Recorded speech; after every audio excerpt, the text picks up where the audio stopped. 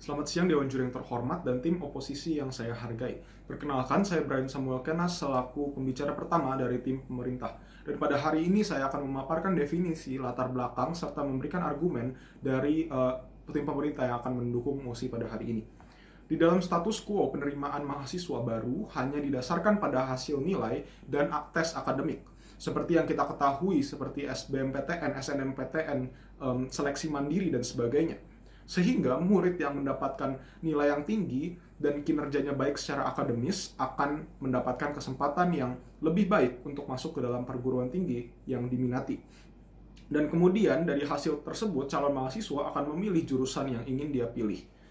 Permasalahan yang muncul dari dari situasi yang terjadi dalam status quo adalah yang pertama, banyaknya mahasiswa yang salah mengambil jurusan, baik karena dia tidak berminat terhadap jurusan tersebut atau mereka tidak berbakat ataupun tidak berpotensi untuk dapat memberikan yang terbaik di dalam jurusan tersebut.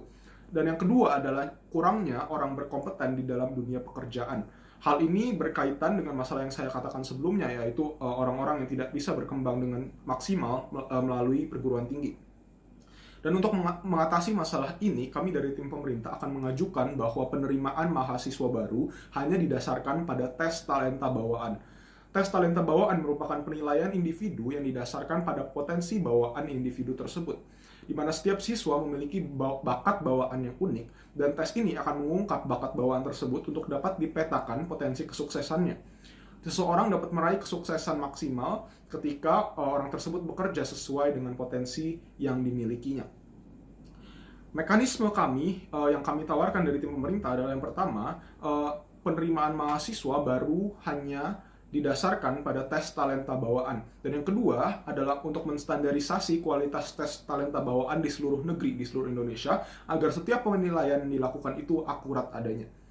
Tujuan dari memberlakukan mosi ini dan memberlakukan apa yang saya katakan sebelumnya pada mekanisme itu, yaitu untuk yang pertama, membantu setiap calon mahasiswa untuk menemukan jurusan yang paling tepat untuk orang tersebut.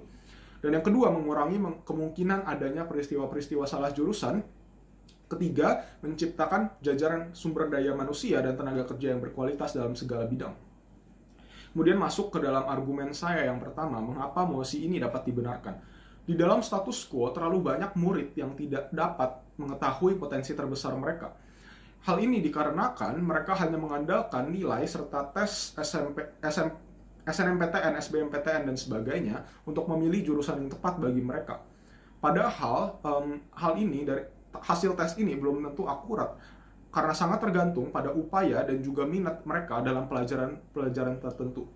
Faktor yang seharusnya dipertimbangkan bukanlah berdasarkan nilai, tetapi berdasarkan potensi orang tersebut. Kita harus ingat bahwa potensi dan nilai belum tentu berbanding lurus. Nilai bisa berubah-ubah sesuai dengan upaya yang kita berikan. Namun potensi itu merupakan suatu hal yang sudah ada sejak awal, sehingga bisa kita andalkan. Misalnya, jika saya lebih banyak belajar di biologi daripada kimia, maka otomatis saya akan mendapatkan nilai yang lebih baik daripada pada biologi dibandingkan pada kimia. Namun jika soal potensi itu sudah ada sejak lahir. Itu merupakan suatu bibit yang ada ketika kita lahir, sehingga hal tersebut tidak akan berubah sampai kita dewasa begitu. Dan potensi seseorang ini akan dinilai dalam tes talenta bawaan yang ada pada mosi kami.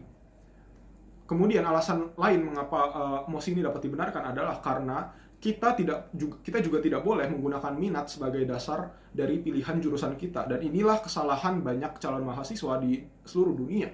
Karena di dalam perguruan tinggi, ilmu yang dipelajari tidak lagi cetek. Sehingga para mahasiswa ini akan dipaksa untuk mempelajari ilmu sampai level yang tinggi begitu. Oleh karena itu, jika yang dipertimbangkan hanyalah minat, mereka akan kesulitan untuk mengikuti pembelajaran. Mereka akan kesulitan untuk mengikuti pembelajaran karena mereka bisa saja tidak memiliki bibit atau tidak memiliki bakat dalam bidang tersebut. Selain itu, minat seseorang juga sangat mudah untuk berubah, terutama untuk mereka yang masih di umur yang muda ketika mereka masih sangat labil.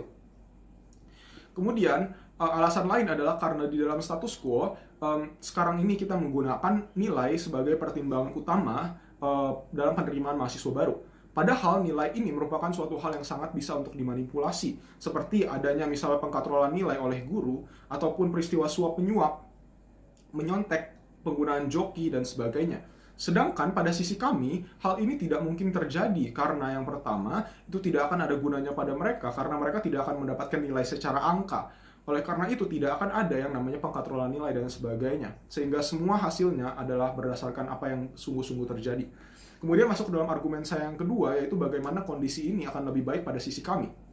Jika mosi ini diberlakukan, akan terjadi pengurangan drastis pada orang-orang yang memilih jurusan yang salah.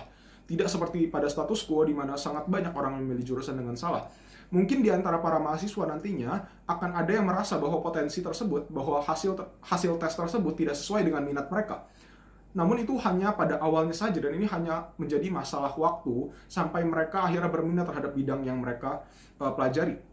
Selain itu, mereka juga tidak akan kesulitan untuk mengikuti pelajaran karena mereka memiliki bibit yang sangat besar dan potensi yang terbesar di dalam bidang tersebut.